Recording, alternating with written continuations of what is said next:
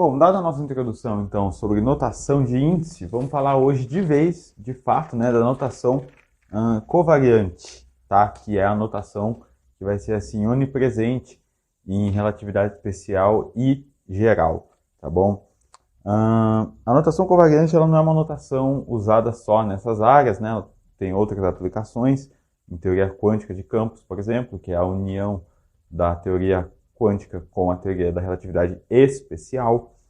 Uh, mas enfim, a notação covariante ela vai ser onipresente aqui na relatividade, tanto especial quanto geral. E, enfim, falar também de tensores, né? O que é um tensor? Mostrar que tensor, na verdade, vem só para facilitar a nossa vida. E, enfim, bom, a relação que a gente viu na última aula era a seguinte, né? Vetores que a gente chamou de covariantes, contravariantes, né, no caso, V e se transformam via transformação de Lorentz. Então aqui a gente tem uma soma sobre J, quando J vai de 0 até 1. Opa! De lambda e J, que é a matriz de transformação de Lorentz, VJ, né? A gente viu isso daqui. Então isso aqui é um vetor contravariante, porque ele se transforma via transformação de Lorentz. A gente viu que há vetores, como, por exemplo, o gradiente, vou representá-lo assim, o índice embaixo, pode ser com o índice em cima, por enquanto eu não estou falando da notação covariante, são esses vetores aqui, né, como o gradiente, que são vetores que não se transformam via transformação de Lorentz, são chamados de vetores covariantes, né, eles se transformam pela inversa de Lorentz. Então, uma soma em J, no nosso caso quadridimensional aqui, da inversa de Lorentz, lambda menos 1, né, lambda menos 1, e J, del J, tá? Então, fica desse jeito isso daqui.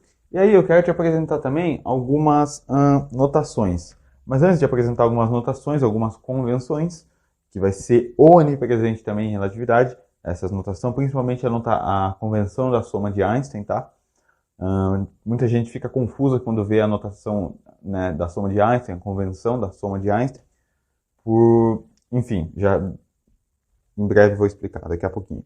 Vamos antes falar de uma coisa que é o seguinte. Vamos falar então da notação covariante. O que é a notação covariante? Vetores contravariantes, ou seja, vetores que se transformam via transformação de Lorentz, pela matriz de transformação de Lorentz, eles vão ser representados a partir de agora com um índice em cima. Então, isso daqui é um vetor contravariante. Tá? Um vetor contravariante. Vetores que são representados com índice embaixo, vou chamar de V também, Vmi, são vetores covariantes, se transformam pela inversa de Lorentz.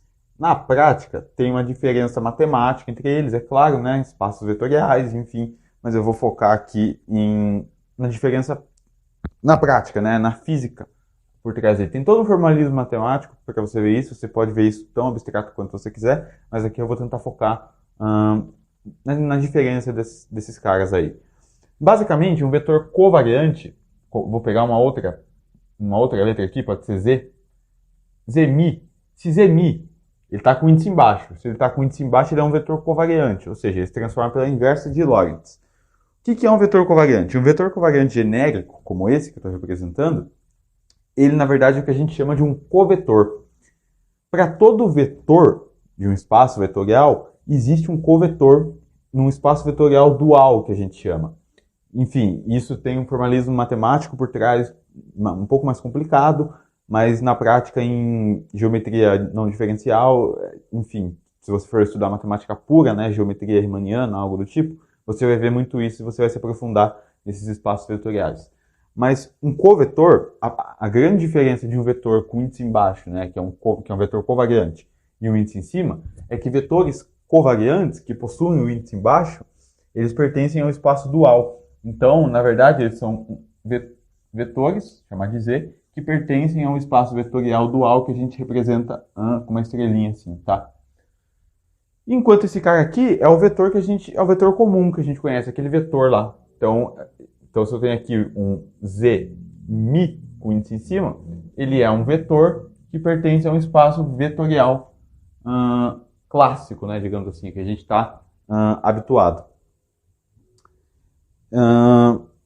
Enfim, na prática, né, um vetor covariante, ele pega um vetor e te dá um número real, né?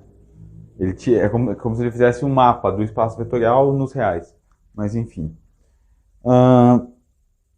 Por exemplo, né, para te dar exemplo, peguei aqui o vetor gradiente de novo. O vetor gradiente, se você tem aqui, o vetor gradiente é um vetor covariante, certo? Porque ele se transforma pela inversa de Lorentz.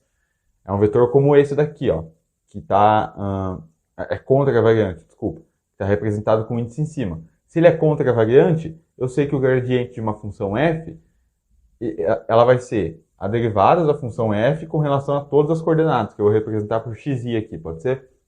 X, y e z. E isso daqui vai me dar o quê? O que essa derivada dá? Ela me dá um número que pertence aos reais. Então, um covetor, na prática, o que ele faz é pegar uma função, enfim, ele pega um vetor, ele atua numa função, na verdade, e te dá um número real. E aí, agora é a hora da notação, né? Então, vamos lá. Uma notação que vai ser muito onipresente é a seguinte notação aqui.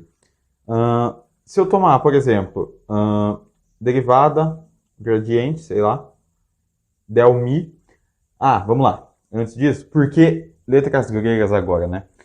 É uma convenção em relatividade a gente usar letras gregas como mi, ni, rho, sigma, alfa, beta, enfim, para se referir a índices de espaço e tempo, ou seja, índices que vão de 0, que é a parte temporal, até 3. Então é 0, 1, 2, 3, né? Então isso daqui pode ser... Então o mi, ele é 0, 1, 2, 3, tá?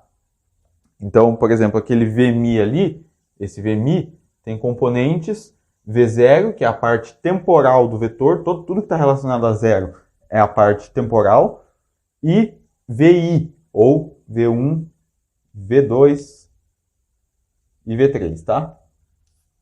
Então, agora, isso aqui é o que a gente chama basicamente de um quadrivetor, né? Ele tem 4 componentes.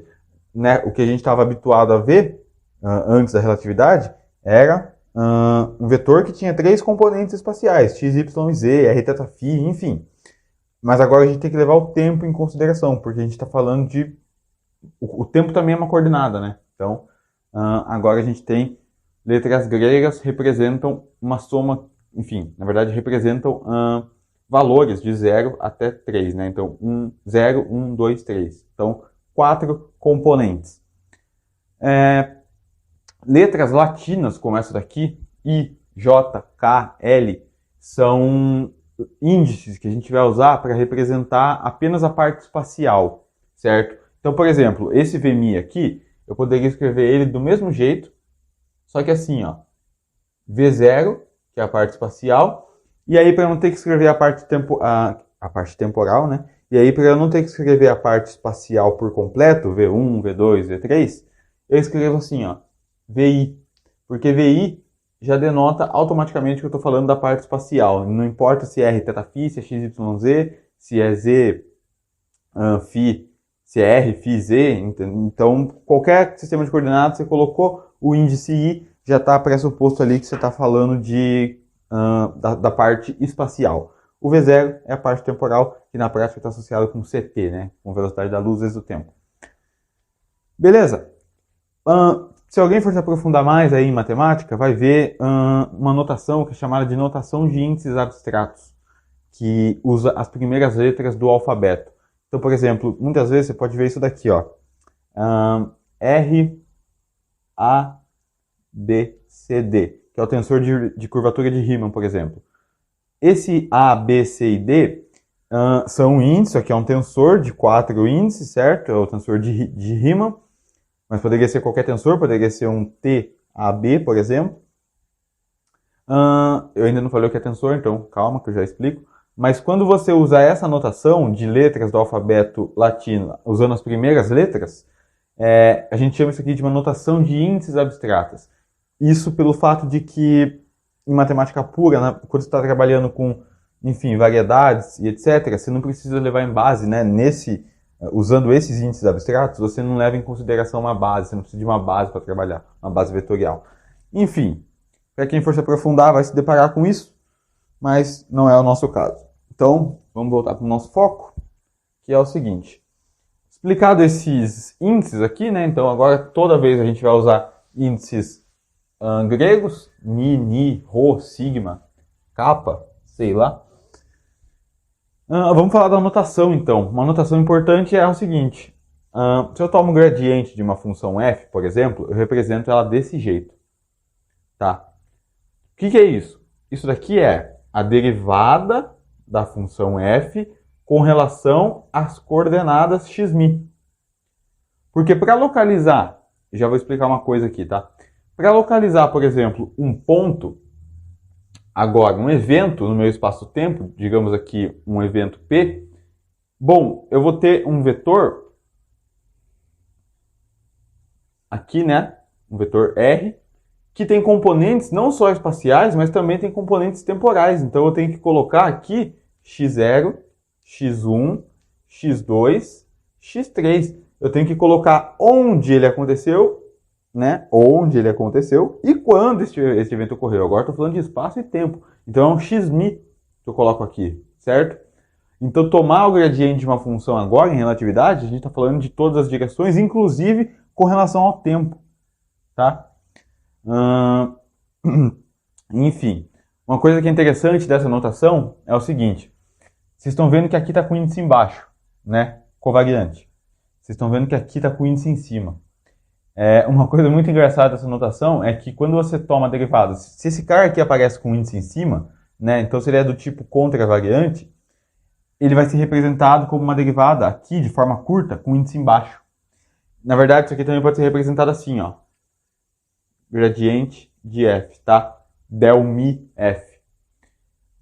Se ele aparece com o índice em cima, del mi f, isso daqui vai ser derivada da função, agora com relação ao x com o índice embaixo. Se tem índice em cima aqui, é porque o índice é embaixo aqui no x. Isso é uma coisa... Ele troca a ordem, né? Então é uma das coisas bizarras, assim, engraçadas, na verdade, da notação covariante. E isso também pode ser escrito como gradiente, né? Assim, ó. Del mi f, tá? Na prática eu vou apelar mais para essas duas aqui, tá? Del mi, não vou ficar escrevendo gradiente, porque quando a gente chegar em derivada covariante, a gente vai usar muito esse símbolo aqui, então não quero ficar confundindo vocês. Então isso daqui representa o gradiente de uma função, tá? Tomar o gradiente de uma função, né, esse cara aqui, nada mais é do que fazer del mi f, se for com o índice em cima, se for com o índice embaixo é del mi f. Ele aparece com o índice em cima, ele troca a ordem, né, basicamente. Bom, dado tudo isto,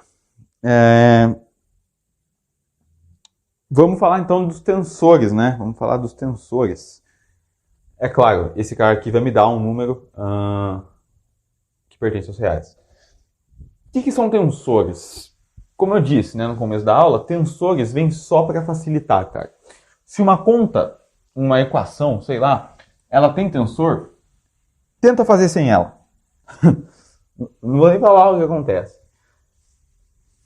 É tipo 20 páginas de equação. Então o tensor ele vem para facilitar. Muita gente vê tensor de forma muito abstrata. Você pode ver do jeito mais abstrato que você quiser, tá? Não estou te restringindo a nada. Mas deixa eu definir aqui, então eu vou tentar ser o mais informal possível no quesito matemático da coisa, porque o que importa para a gente aqui é a física da coisa. A gente está tentando pensar como Einstein pensou, basicamente, né? O Einstein não tinha essa grande, não diria conexão, mas essa grande facilidade com a matemática. Então, ele tinha muitos amigos matemáticos, né? Muitas vezes, nos seus trabalhos, ele perguntava, olha só, será que está correto eu pensar desta maneira? Será que está correto isso, aquilo? Então, ele prezava muito pelo lado da imaginação e pelo lado físico da coisa, né? Então, tentando definir tensores aqui para você de uma forma puramente simplória, vamos colocar aqui então, tensores. Vou deixar na descrição, se você quiser, uma página da Wikipédia que explica muito bem um formalismo matemático impecável. A Wikipédia é muito bom quando se trata de matemática e esses assuntos mais avançados, porque não tem muita trollagem lá, né? Então, enfim. E até vídeos também, se você quiser ver, tá? Um tensor, na prática, ele é um operador, vou escrever assim, ó. É um operador. Ele é um operador, por aí você já vê que ele é algo simples, multilinear,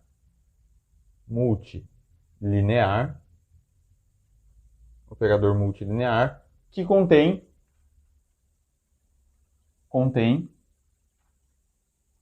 informações físicas, tá? Na prática, isso aí é um tensor, é da forma mais simples que eu consigo explicar. Físicas. A gente vai falar do tensor métrico na próxima aula. A gente vai ver que o tensor métrico tem informações físicas a respeito de como medir distâncias no espaço-tempo, ângulos, etc., né? Que é o nosso Gemini lá. Mas enfim, isso é a próxima aula. De forma geral, puramente matemática, aqui, vou tentar te apresentar tensores de uma forma bem simples, tá? Que fique claro para todo mundo. Então, um tensor ele é um operador, primeiramente. Apareceu uma palavrinha aqui nova. Um operador multilinear. O que é um operador? Hein? Um operador não é um cara que atua em alguma coisa. Por exemplo, uma hamiltoniana, né? O operador hamiltoniano atuando numa função psi, isso daqui é equação de Schrödinger, né? Isso aqui é I h barra vezes a derivada de psi no tempo, né? Então, um operador, ele é algo que atua em alguma coisa. Ele precisa de alguma coisa para atuar. Então, o tensor, sendo um operador, ele vai precisar de alguma coisa para atuar, de alguma função, de algum vetor, de algum outro tensor. Na prática, cara, olha só, um tensor ele pode retornar para a gente, ele pode atuar em alguma coisa. Ao atuar nessa coisa, ele pode retornar para a gente um vetor, um covetor, um escalar ou um tensor de novo. Ele pode retornar, por isso que ele é um operador multilinear. E dentro deste tensor, ele contém informações físicas, tá? Então, enfim, no caso da física, lógico, né? Você está falando de matemática pura, ele não vai conter informação física alguma. A grande diferença entre matemática e física é que matemático generaliza para n dimensões. O que a física faz? Fala, tá, pega n igual a 4. É o caso quadridimensional, a gente quer estudar relatividade. Pega n igual a 4. Então, o tensor passa a ter agora um aspecto físico dentro dele, né? Enfim, na prática, os matemáticos não estão preocupados com a realidade, estão preocupados com a generalização, né? Física se trata de natureza e, enfim. Então, por exemplo, vamos lá. Eu falei para vocês na aula passada que a lei de transformação de um vetor, agora eu vou chamar ele de VMI, e antes, enfim, a lei de transformação de um vetor, VMI, pode ser contravariante, é dada pela transformação de Lorentz, né? Então isso daqui é uma soma sobre μ, indo de 0 a 3, né? Indo de 0 a 3, de lambda mini v ni, certo? Ou então eu posso falar v' ni, né? V' mi, quer dizer. Como que um vetor se transforma de um referencial para o outro? Ele se transforma pela transformação de Lorentz, né? Dado o vetor antigo. No referencial K', referencial K. E aí, cara, olha só. A lei de transformação... Então, deixa antes eu introduzir a notação de Einstein aqui. Muita gente se confunde com essa notação, mas ela é bem tranquila. E eu vou falar por que muita gente se confunde. Notação de Einstein. Ou soma de Einstein, tá? Certo? Vou colocar soma aqui. Soma de Einstein. O que é a tal da soma de Einstein? Que muita gente se confunde. A soma de Einstein é o seguinte. Se eu tiver aqui, por exemplo, vamos dizer, x é igual a um somatório sobre μ vamos dizer que o Mi vai de 0 até 3, né? Que é o caso do quadridimensional, que é o caso que a gente está interessado. Que seja uma contração, por exemplo, de A, Mi, B, Mi. Um cara com índice embaixo e um cara com índice em cima. O que é a soma de Einstein? A soma de Einstein, ela vai, como toda hora vai aparecer um cara com índice baixo e um cara com índice em cima, como toda hora vão aparecer índices mudos aqui, índices contraídos, a gente vai ignorar esse símbolo aqui. A gente não vai passar mais a usar ele. A regra da soma de Einstein diz que se tem a Mi, quer dizer, qualquer coisa com índice embaixo, contraído com alguma coisa com índice em cima, olha só, parêntese, tem que ser o mesmo índice e tem que ser embaixo e em cima, ou em cima e embaixo. Se não for em cima e embaixo, não é soma de Einstein. Então, isso daqui que eu escrevi, tem uma soma aqui, tem um símbolo de somatório. Só que eu não vou mais escrever esse símbolo, está implícito uma soma aqui. Isso é a soma de Einstein. A gente não vai ficar escrevendo somatório toda hora, porque vai aparecer muito isso. Então a gente perde tempo e perde espaço. E aí o que acontece? Tudo a ver com relatividade, né? E aí o que acontece? Isso daqui é, então, A0, já que vai de 0 até 3, é A0, B0, mais A1, B1, mais A2, B2, mais A3, B3. Tá bom? Soma de Einstein. Não é soma de Einstein, olha só, não é soma de Einstein. Se aparecer, por exemplo, A, Mi, B, Mi. Se tiver dois índices embaixo, não é soma de Einstein. Então isso daqui não é soma de Einstein. Não é soma de Einstein se tiver dois índices em cima. Não é soma de Einstein, tá? Soma de Einstein é um cara embaixo, um cara em cima e são iguais. Se não forem iguais, também já não é mais. Tem que ser igual e tem que ser embaixo e em cima. Ou necessariamente tem que ser em cima e embaixo, tá bom? Dado isto, como que eu posso escrever a lei de transformação daquele meu vetor V'' ali? Agora você percebe que vai dar uma mudada. Por quê? Porque eu já não vou escrever o somatório mais. Como que eu vou escrever isso? Bom, tem um Mi sobrando aqui. Ele é um índice livre. Então, isso daqui é lambda, que é a matriz de transformação de Lorentz, Mi, vezes o vetor antigo V'ni. O Ni está contraído. Tem uma soma aqui sobre Ni. Mas a gente já viu, antes disso, que a soma era mesmo sobre Ni, né? A soma era sobre Ni indo de 0 até 3. Eu acho que eu escrevi Mi sem querer. Não sei, não lembro. Mas era uma soma sobre Ni. Da mesma forma, se eu tiver um V' com índice embaixo, como que é a lei de transformação desse cara? Bom, agora é um lambda, Ni, Mi, V, Ni, com índice embaixo, tá? Ó, tem uma soma em Ni aqui, tá vendo? Um índice em cima e um índice embaixo repetido. Tem um cara sobrando aqui, é justamente o cara que tá do lado esquerdo da equação, né? Faz todo sentido. Tem dois índices contra ele. Tem um índice contra ele aqui, desculpa, que é o índice Ni, tá bom? Isso daqui é o inverso disso. Por quê? Porque isso aqui é um vetor covariante. Se ele é um vetor covariante, e a gente viu que vetores covariantes se transformam pela inversa de Lorentz, isso significa que V'mi, né? Mi, com índice embaixo, isso daqui é igual, deixa eu apagar esse cara aqui, pela soma de Einstein. Isso daqui é o quê? Lambda, Mi, lambda, Ni, Mi, tá contraído. Na verdade, tem que usar outras letras aqui, tá?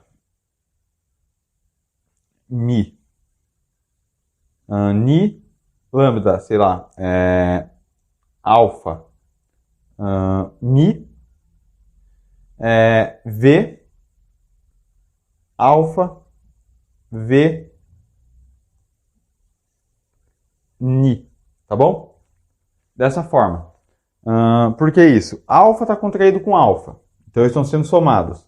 O Ni está contraído com Ni, então eles estão sendo somados. Quem que sobra? Mi e Mi. Um Mi em cima, um Mi embaixo. Exatamente o cara que a gente tem aqui, ó. E aí, quem que é esse cara? Bom, se um é o inverso do outro, significa que, portanto, lambda mi ni, que multiplica lambda alfa mi, isso daqui é uma delta de Kronecker. Isso aqui é delta alfa ni, tá? Ou seja, só é diferente de zero se o alfa for igual ao ni, tá bom? Se forem diferentes, então isso aqui é zero, porque isso aqui é uma delta de Kronecker, tá bom? Bem simples de provar isso aqui, né?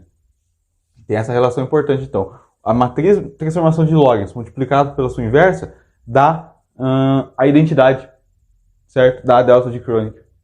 Isso é muito legal. Porque, enfim, na realidade, né, só os termos da diagonal vão ser iguais. Certo? Mas, enfim. Que daí, no caso, valem 1. Bom, então, antes de eu falar de um tensor, né, como que um tensor atua na prática em um cara, agora é dessa forma aqui que um vetor se transforma, tá? De um referencial para o outro.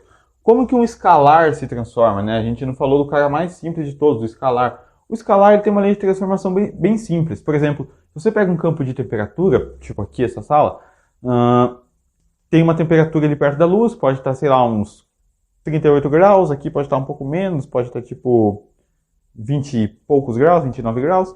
Mas na prática, olha só, eu mudar de coordenadas não pode mudar a temperatura no mesmo ponto, certo? Então a lei de transformação de um escalar ela é bem simples, ela é φ de x, supondo que φ de x é um escalar. Eu nem precisaria de fazer a coordenatização para falar do meu, se eu tenho um campo escalar aqui, eu tenho um ponto P, eu não preciso de coordenadas para falar desse ponto P. Mas aqui na prática a gente usa coordenadas, porque coordenadas são rótulos, né? E para eu passar um sistema de coordenadas para o outro, o campo muda como? Bom, φ de x é igual a φ', novo campo, com a nova coordenada. Tá bom? É bem trivial. Você muda o campo, muda a coordenada. Transforma o campo, transforma a coordenada junto. Então, o campo novo é a nova coordenada. Ele é bem simples, ele não tem nenhum índice, tá tudo bem. Agora, um tensor, né? Bom, antes de a gente falar como que se transforma um tensor, por que eu joguei meu pano aqui? Vamos lá, vamos dar o exemplo então que eu falei, né? De um tensor, o que ele faz na prática? Na prática, ele atua em alguma coisa. Então, vamos pegar um tensor aqui, ó. T-mini. É o tensor de energia momento? Não. É qualquer tensor. É um tensor arbitrário. E aí, você tem duas entradas aqui, por exemplo. Você tem duas entradas aqui. Você fala, o que eu faço com essas duas entradas? Você pode colocar nessa primeira entrada aqui um covetor. Um vetor covariante, por exemplo, Kmi. E na outra, um outro vetor covariante, V-ni.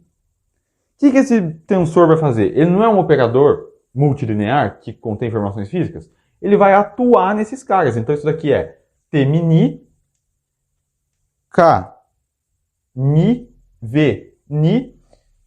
Como está todo mundo contraído, isso aqui, ó, soma de Einstein. Mi com mi, ni com ni. Isso daqui vai me dar um escalar. Vai me dar A que pertence aos reais. Isso aqui vai me dar um número.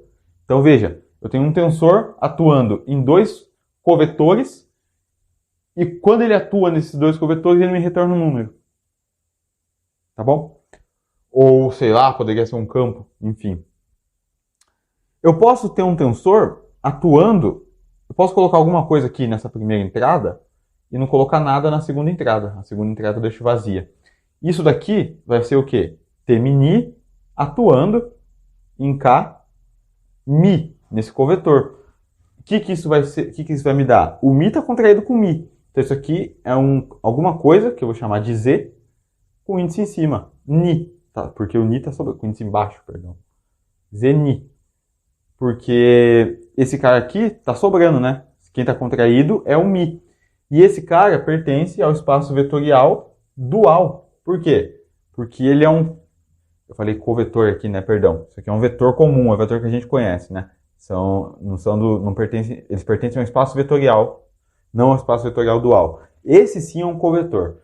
Então veja, eu peguei um tensor esse tensor atuou em um vetor e me retornou um covetor.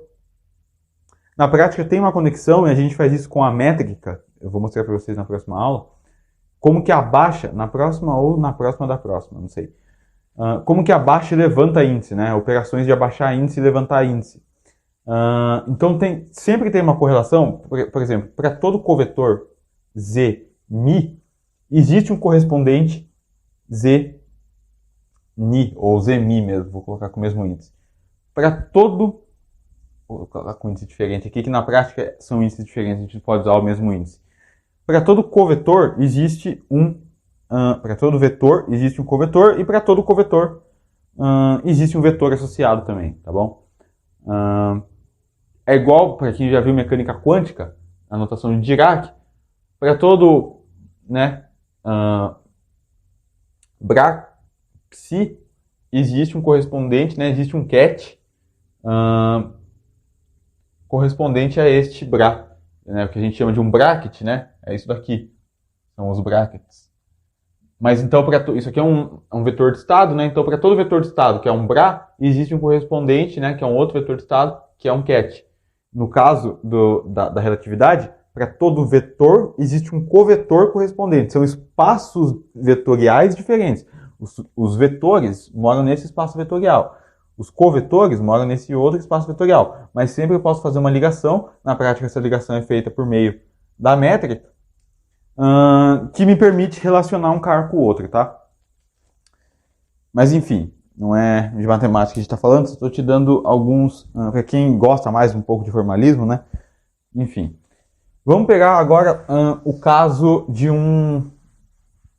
Vamos lá, vamos pegar o caso em que um vetor nos retorne um vetor... Então vamos lá. Se eu tenho um T mini, vamos colocar com o índice em cima agora, e ele está atuando, por exemplo, no K ni. Agora ele está, e na outra entrada aqui eu não vou colocar nada. Agora esse meu vetor, um vetor nesse meu tensor, quer dizer, contravariante, está atuando num vetor covariante. Então é contravariante, desculpa. Tem o índice covariante, né, que tem o índice embaixo. Então, o que isso daqui vai fazer? Isso daqui vai pegar T mini, K ni, bom, soma de Einstein. O ni está sendo somado, então ele é mudo. Quem que é livre? É o ni. Então isso aqui vai me dar alguma coisa, por exemplo, Z mi, com o índice em cima, que são, né, os vetores contravariantes, né? São os vetores que pertencem ao espaço vetorial que a gente está habituado. Então, esse aqui pertence ao espaço vetorial. Né? Então sempre tem uma relação um para o outro, mas que não é feito, enfim, é feito por intermédio de um tensor, mas é um tensor específico que é o tensor métrico. Na prática, né, como eu falei, você não precisa da métrica para fazer essa correlação, mas só com topologia, argumentos topológicos você consegue fazer isso. Mas na prática a gente vai usar a métrica para fazer isso aqui em física. E aí o que acontece? Eu posso ter um tensor me retornando outro tensor. Você fala, como isso? Vou apagar aqui, tá? Acho que todo mundo pegou a ideia. E terminar te falando de, enfim, uma propriedade que vai ser muito importante para a gente utilizar, tá? Vamos lá, então. Tá com bastante tempo essa aula, não esperava que ia dar tudo isso, mas enfim. Vamos lá. Eu posso ter um tensor T mini. Vamos lá, dá mais dois exemplos só então. T mini, que atua em outro tensor, vamos dizer um R mini.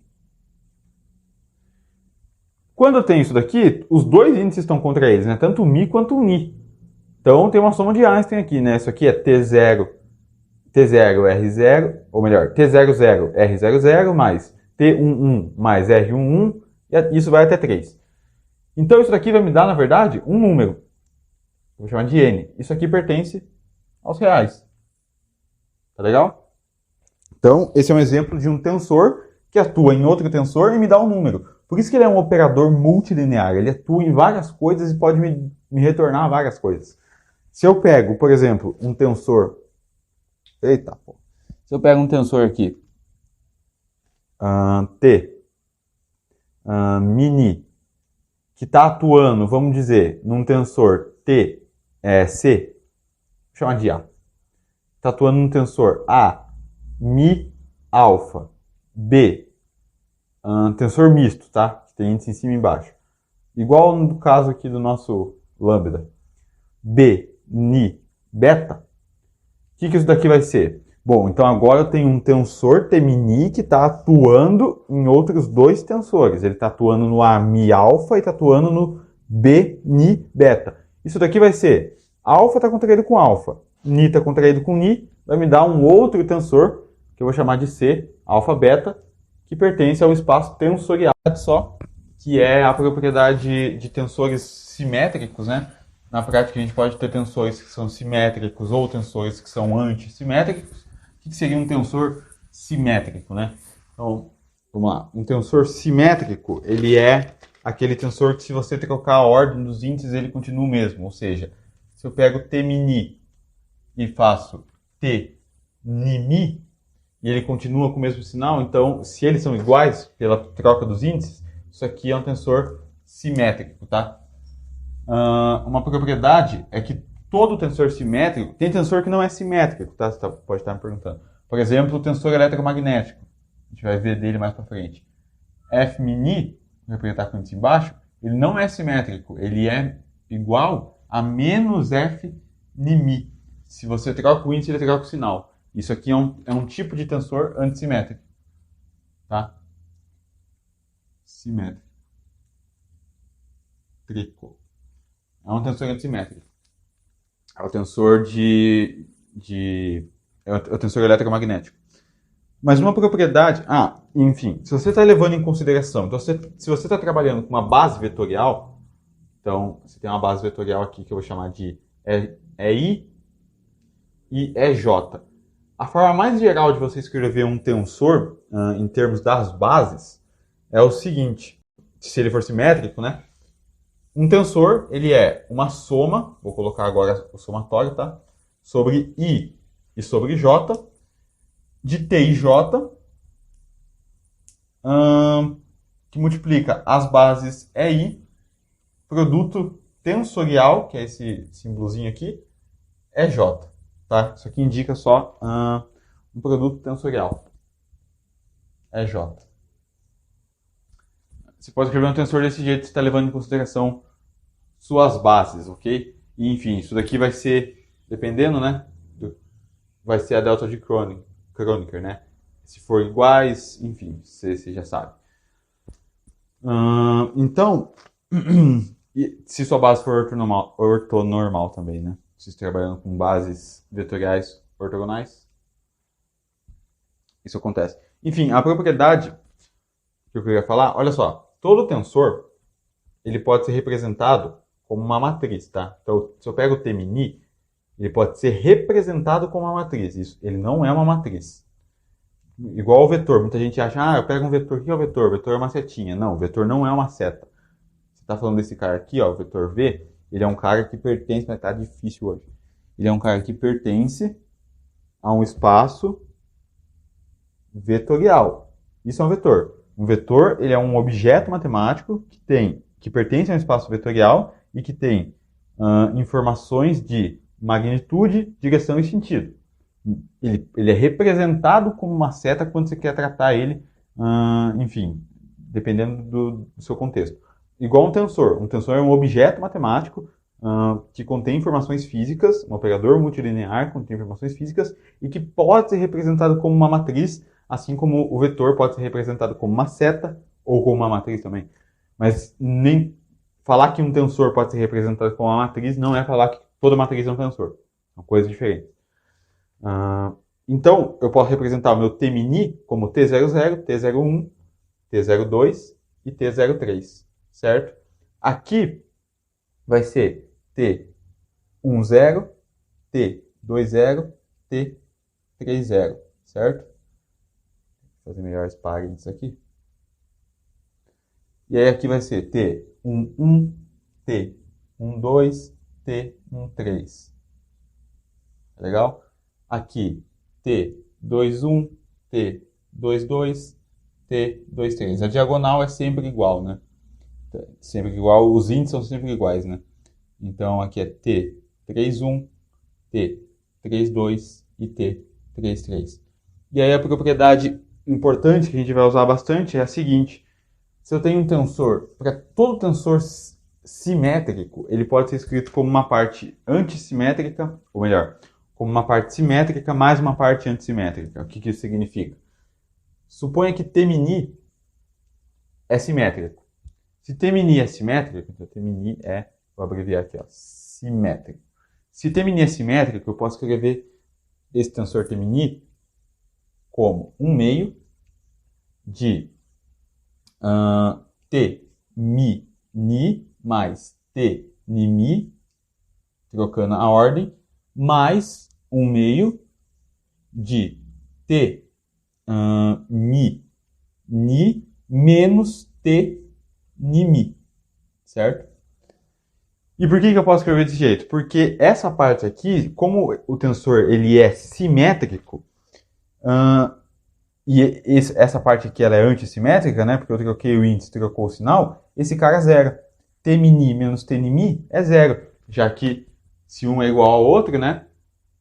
Quando você faz essa subtração aqui, isso aqui zero. Então eu fico só com 1 meio de T mini mais T mi. Se você distribuir esse 1 meio, vai dar 1 T mini. Se ele é simétrico, né? Como eu falei, a ordem dos índices tá aqui, ó, não importa. Se você troca a ordem dos índices, o sinal não muda. Então, se você distribuir esse 1 meio aqui, vai ficar metade de T mini mais metade do índice trocado. Então, ele continua o mesmo.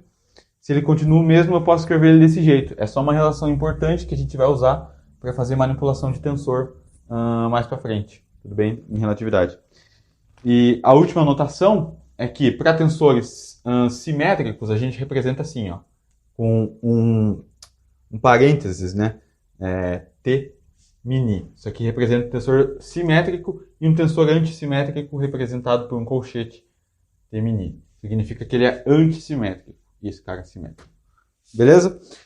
Então na próxima aula a gente vai falar do tensor métrico e, enfim, teorema de Pitágoras, né, tudo mais, generalizações. Vamos voltar a falar do intervalo espaço-temporal. E é isso. Então, valeu, falou e fui.